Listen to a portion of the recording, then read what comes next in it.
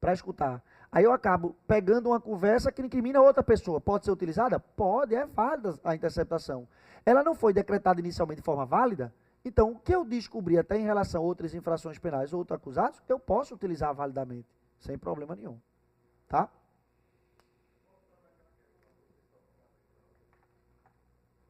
Vai lá.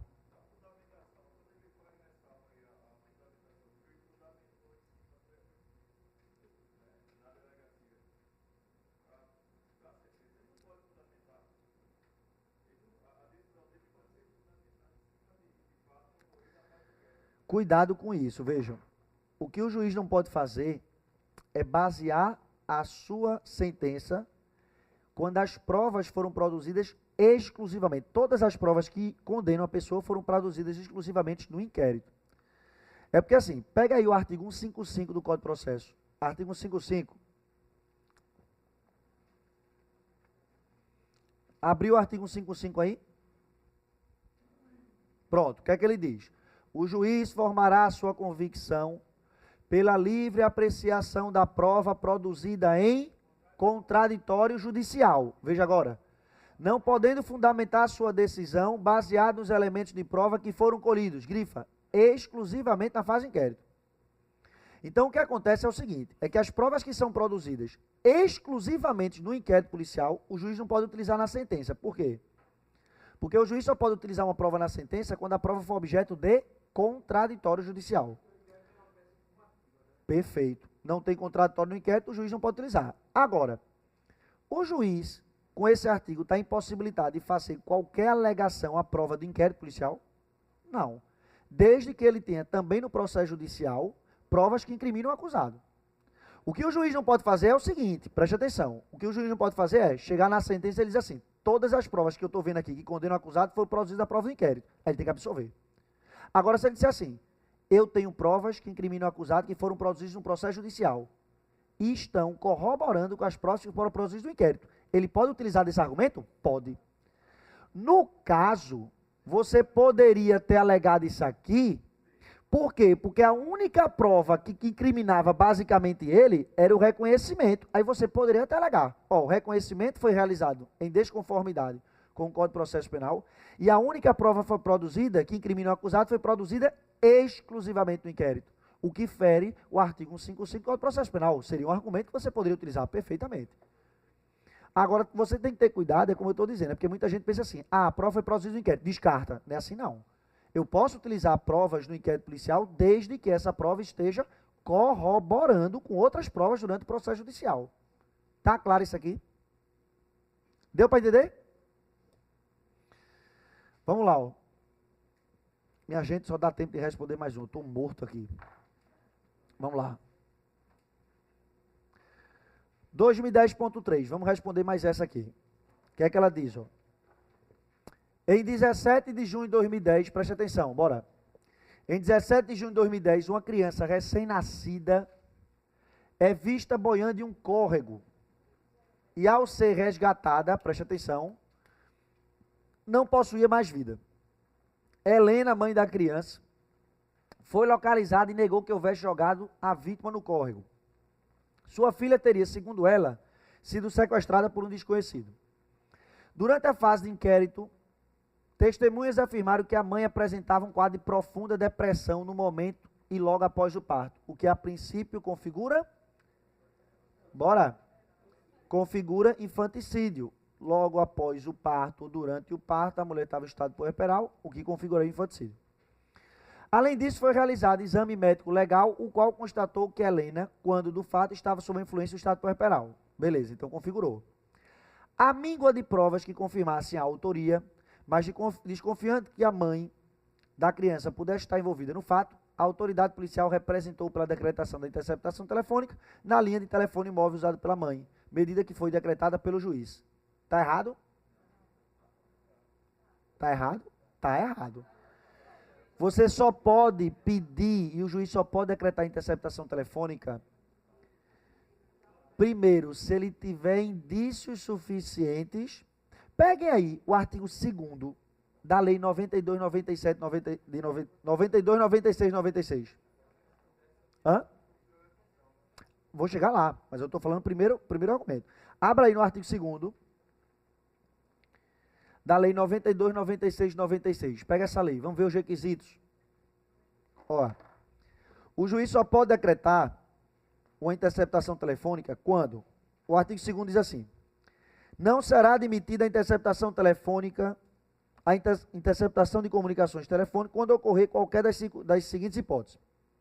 Primeiro, ele só pode decretar se houver indícios razoáveis de quê? Autoria ou participação. Porque se não houver, ele não pode decretar. O que é que a questão diz? A míngua, cadê, ó? Cadê? A míngua de provas que confirmasse a autoria. Ele decretou a interceptação. Não pode. Eu tenho que ter indícios razoáveis de autoria. Eu não posso ter prova nenhuma de autoria para decretar a interceptação. Já deu irregularidade aqui. Segunda irregularidade que o pessoal apresentou. Qual foi? O infanticídio, se você olhar, ele é apenado com detenção.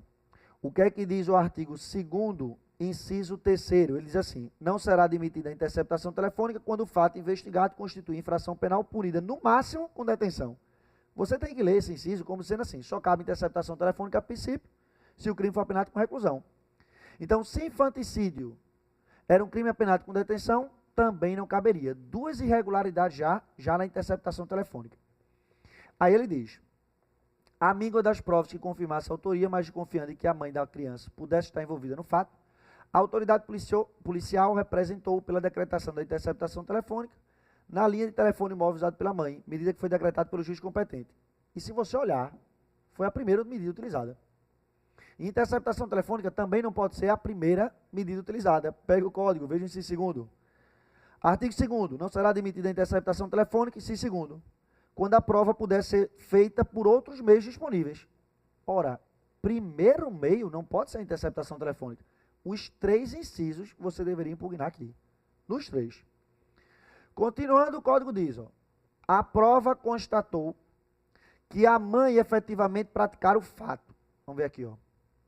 Praticar o fato, pois em conversa telefônica com uma conhecida de nome Lia, ela afirmara ter atirado a criança ao córrego, por desespero, mas que estava arrependida. O delegado intimou Lia para ser ouvida, tendo ela confirmado em sede policial que Helena, de fato, havia atirado a criança, logo após o parto, no córrego. O que é Lia? Eu pergunto, o delegado só chegou em Lia por intermédio de quê? Da interceptação telefônica. Se a interceptação telefônica é ilícita, o depoimento de Lia é o quê? É prova ilícita por derivação. Aí você deveria dizer, ó, considerando que a interceptação telefônica foi ilícita, o depoimento de Lia também não pode ser aplicado. Aí você deveria mencionar o artigo 157, parágrafo 1º do Código de Processo Penal. Continuando, ele diz, ó, o delegado intimou Lia para ser ouvido, tendo ela confirmado em sede policial que Helena havia, de fato, atirado a criança do córrego logo após o parto, no córrego. Em razão das aludidas provas, a mãe da criança foi então denunciada pela prática do crime descrito no artigo 123 do Código Penal perante a primeira vara criminal do Tribunal do Júri. Se ele fala em primeira vara, provavelmente você vai endereçar para quem? Para a primeira vara. Durante a ação penal é juntada aos autos o laudo necrópsia realizado no corpo da criança. A prova técnica concluiu que a criança já nascera morta. Se a criança já nasceu morta, não pode ser infanticídio, pode ter provavelmente aborto. Mas vamos ver. Na audiência de instrução realizada no dia 12 de agosto de 2010, Lia novamente inquirida, ocasião em que confirmou ter a denunciada, em conversa telefônica, admitir ter jogado o corpo da criança no córrego. A mesma testemunha, no entanto, trouxe uma nova informação. Nova informação esta que vai mudar os fatos. Nova informação que nem mencionava quando a oitiva da fase inquisitorial. Diz que em conversas que tivera com a mãe da criança, Helena, contara que tomara substância abortiva, pois não poderia de jeito nenhum criar o filho. Interrogada, denunciada, negou todos os fatos. Fim da instrução, o Ministério Público manifestou-se pela pronúncia, nos termos da denúncia, e a defesa pela impronúncia, com base no interrogatório da acusada, que negara todos os fatos. Ora, se os fatos foram modificados, deixando de ser tecnicamente infanticídio, e os fatos agora demonstram que houve aborto, qual instituto tem que ser aplicado? Mutatio libelli. E o procedimento da mutácia implica em quê? aditamento pelo MP. Então, deveria o juiz fazer o quê? Mandar para o MP para ele realizar o aditamento.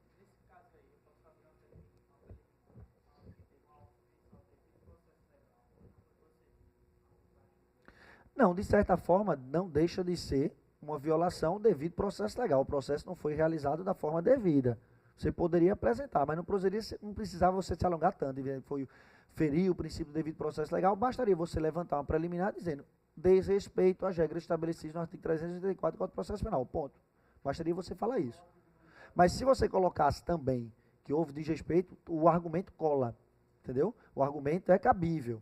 Sendo que não precisa, como eu disse, você se alongar tanto falando coisas desnecessárias quando você poderia colocar e ganhar a pontuação tão somente falando que houve desrespeito às regras de mutácio e dizendo como é que o juiz deveria proceder. Aí isso aqui, aí coloca aquele artigo que ele disse, 564, inciso 4 do Código de Processo Penal. Perfeito.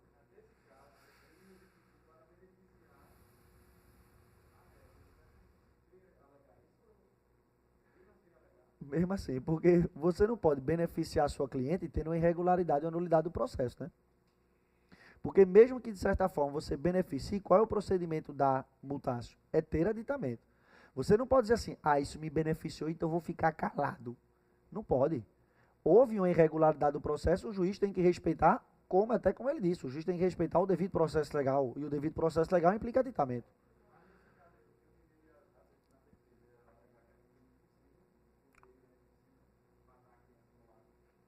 Não, mas os fatos não estão dizendo que ela matou mais o lago. Os fatos estão dizendo que ela tomou substância abortiva, né? A questão narrava inicialmente, ela matando a pessoa no lago, quando inicialmente se pensava que ela teria praticado infanticídio. Mas, na verdade, durante o processo judicial, o que os fatos demonstravam é que ela matou mediante como é que eu posso dizer? A ingestão, era essa palavra que eu estava aqui, né? A ingestão de substância abortiva. Então não tem nada a ver com lago, não. Não, então, não é isso que eu estou dizendo. Mas a denúncia imputou que teria sido infanticídio, que ela teria matado a menina no lago. Mas durante o processo, os fatos modificaram. Os fatos estão dizendo que ela não matou no lago.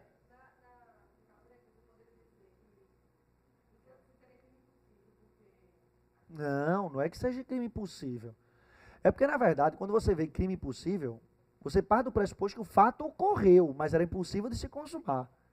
Eu não posso dizer que aqui é crime impossível, porque, na verdade, o infanticídio, na verdade, o fato que eu estou imputando o infanticídio, na verdade, não ocorreu. Tá dando para entender? Eu só posso partir do pressuposto que... estou entendendo agora. Você está dizendo, se ele já nasceu morto, aí seria crime impossível infanticídio. Beleza. Mas o que é que isso iria te ajudar? Tu não escaparia da mesma forma do aborto. Hã?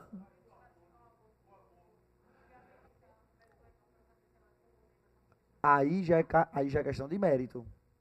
Aí você já não vai levantar isso aqui. Você já não vai levantar essa tese. Porque aqui eu acho que são teses distintas que vocês estão querendo levantar.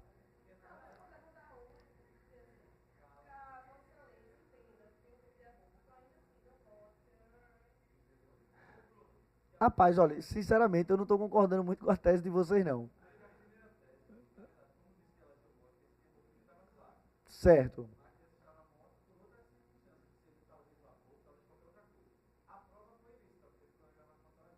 Certo. Descartada, perfeito.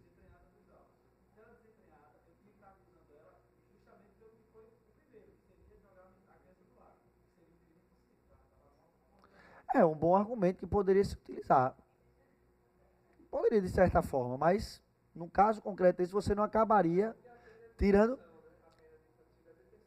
Mas aborto também. O do aborto também. O do aborto é detenção. Se você olhar, é detenção também. Então isso aí não influenciaria muito, não. Eu estou entendendo o seu argumento. Um argumento plausível. Mas se você não tivesse impugnado a principal tese, que era a inobservância da mutácio, você não ganharia o ponto.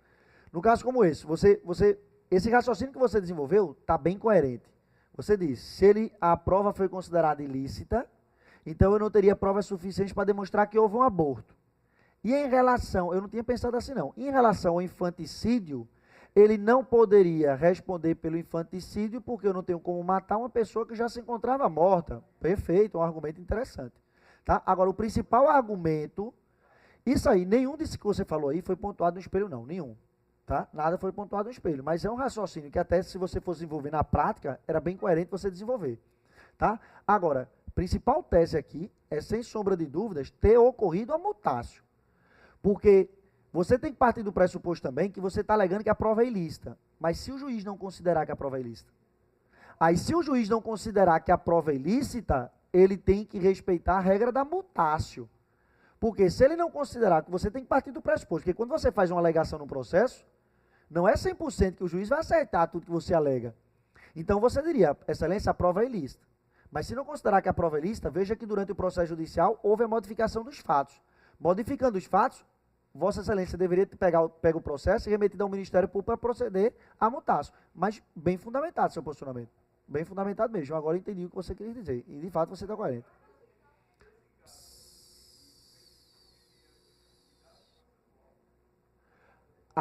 A nulidade é por inobservância das regras da mutácio. Da mutácio. Aí você pede nulidade. Porque, raciocínio, o que é uma nulidade? O que é uma nulidade? É quando um ato é praticado em desconformidade com o seu modelo legal. O artigo 384 predispõe que o juiz faça o quê? No caso de mutácio, remeta para que o Ministério Público adite. Ele fez isso? Não. Então ele desrespeitou uma forma processual. Desrespeitando a forma, o ato passa a ser nulo. O julgado é nulo por inobservância das regras da mutácio.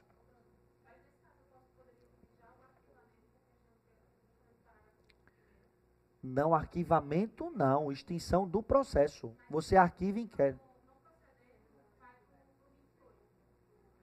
Certo, mas aí, ó, aí não, esse argumento do 28 você não aplicaria aqui não. Porque esse artigo 28, ele é utilizado quando o juiz entende que é para aplicar mutácio, manda para o MP aditar. Aí o MP não quer aditar. Aí ele aplica o 28, que é mandar para o procurador-geral, tá entendendo? Na verdade, esse 28 que você utilizou, ele fala, na verdade, de arquivamento de inquérito. Mas ele é aplicado analogicamente aí para quando o Ministério Público não quiser aditar. Quando o MP não quer aditar e realizar mutácio, aí se o juiz entender que tem que ter o aditamento, aí ele remete para quem? Para o procurador-geral. Entendeu? Para que o procurador-geral realize o aditamento ou não realize o aditamento. Tá entendendo? Mas não é que nesse caso ele vai arquivar. É que se nesse caso ele não proceder o aditamento, o juiz chegar na sentença, ele vai absolver, porque ele estava entendendo que tinha que ter aditamento. Então ele não poderia ser condenado por aquele fato inicialmente narrado inicial. Vai sobrar para o juiz uma única opção, ele absolve. Se não ocorreu o aditamento, chegar no final dizendo, o cara não praticou esse crime, não posso condenar, ele absolve. Entendeu?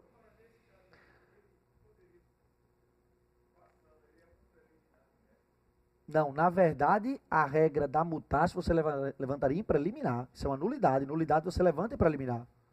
Você levantaria em preliminar que a sentença não poderia subsistir porque houve vício às regras estabelecidas no artigo 384 do Código de Processo. Perfeito. Aí o procedimento ia voltar para que fosse realizado o procedimento da mutácio para que o juiz pudesse analisar, se pronunciasse, absolvesse sumariamente ou se pronunciasse. Isso. Na verdade, quando o juiz julga nulo um processo, não vai acabar o processo não. O processo vai ser reformado, vai ter voltado até onde houve a nulidade para agora se proceder de forma correta.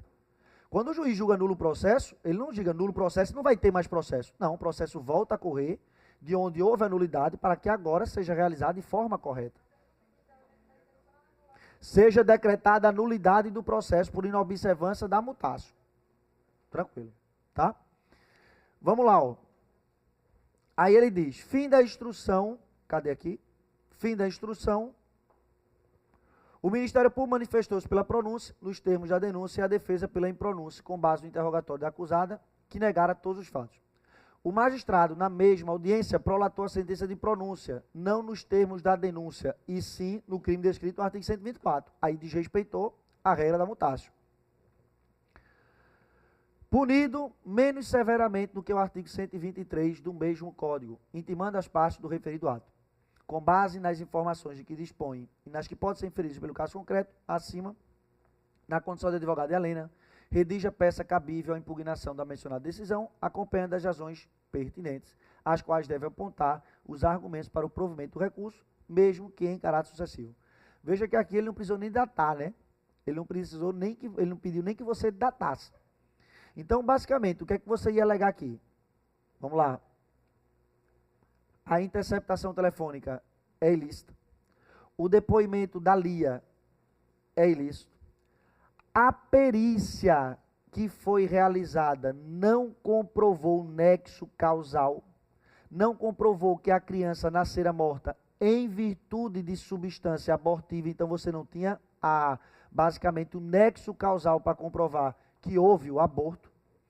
Além disso, principal tese aqui, houve o desrespeito às regras da mutácia, então o julgamento, a pronúncia não poderia subsistir, uma vez que a pronúncia, que o processo seria nulo por inobservância das regras do artigo 384 do Código de Processo Penal. Tem mais alguma coisa? Eu acho que só, né? Eu acho que só isso. Não, aí quando você pede a decretação da ilicitude da prova, qual é a consequência de uma prova ser julgada ilícita? Ela tem que ser desentreada dos autos. Aí você cita, porque o próprio artigo 157, que fala de prova ilícita, o que é que ele diz? Serão desentreadas dos autos as provas ilícitas, assim entendidas aquelas obtidas com violações de normas de direito constitucional e normas legais estabelecidas na nossa legislação. Tá?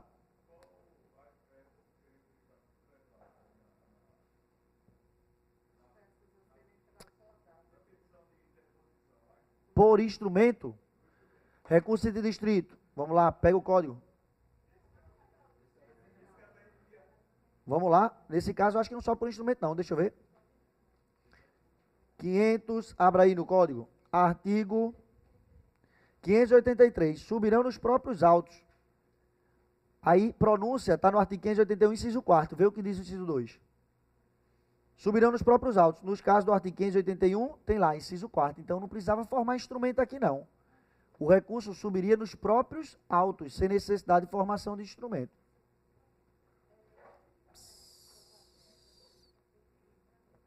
Você primeiro pede o reconhecimento da ilicitude da prova com a consequente desentreamento dos autos. Porque uma prova julgada ilícita, ela tem que ser desentreada dos autos para que o juiz, quando for julgar, não fique, vamos dizer assim, nem olhe para a prova para que ele não se sinta influenciado por aquela prova.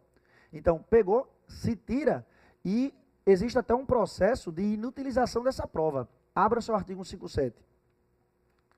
Abra aí para você ver. Artigo 157 do Código de Processo. Isso. Veja o que diz o parágrafo 3º. Preclusa a decisão de desentreamento da prova declarada inadmissível, essa será inutilizada por decisão judicial. Facultado as partes a acompanhar o incidente. Depois a prova é destruída. Porque aquela prova ela não pode ficar no processo, porque se ficasse, o juiz, quando for julgar, acabaria, queira ou não queira, influenciado. Porque imagine uma prova que comprova que o acusado praticou a infração penal. Se aquela prova ficasse no processo, mesmo que aquela prova fosse lícita, o juiz ia dizer, porra, eu não posso considerar essa prova, mas eu sei que foi o acusado que praticou a infração penal. Então ele pode ficar tendencioso a considerar algum argumento para querer classificar o cara, para querer condenar. Então, decretou a ilicitude, tira a prova dos autos. Para justamente o juiz não ficar tendencioso a utilizar aquela prova numa possível sentença.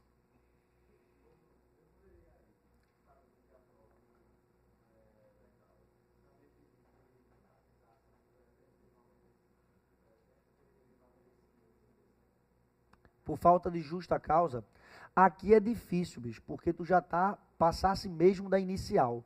Porque você pede isso, geralmente, quando é resposta à acusação. Porque, nesse caso aqui, o juiz já recebeu a denúncia, tu já ofereceu resposta à acusação, já está perto, aí não seria um argumento, não. Não seria não, porque já passou e muito. O 395 você utiliza para o juiz já rejeitar a denúncia ou queixa por falta de justa causa. Aqui não. Aqui ele já está bem adiantado, ele já está querendo pronunciar.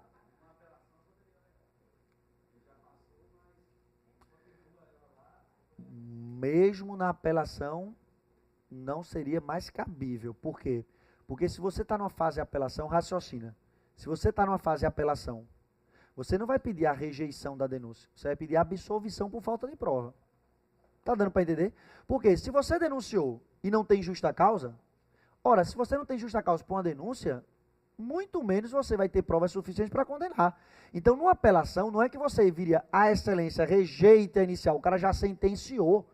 Na verdade, você está dizendo, reforma a decisão e absolva por insuficiência de prova. Está dando para entender? Então, também não caberia em apelação esse argumento, não. Bom, fiz o que eu pude. Se não vierem para o plantão no sábado, tá? Desejo sorte a todos, pensamento positivo, detone, tá? Boa sorte a todos, fiquem com Deus e até a prova.